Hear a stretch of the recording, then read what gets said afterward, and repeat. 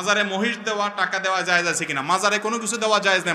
যিনি মাজারে শুয়ে আছেন উনি যদি আল্লাহর ওলি হয়, উনি যদি নেক মানুষ হয়, ভালো মানুষ হয়, তো আপনার এই জিনিসগুলো কি তার কবরে ঢুকবে? বাহিরে যে বাটপার আছে এদের ভাগযোগ করে খাওয়ার ব্যবস্থা হবে, ঠিক না বে ঠিক?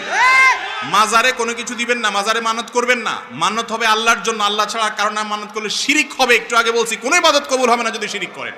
কথা কি বুঝাতে পারছেন?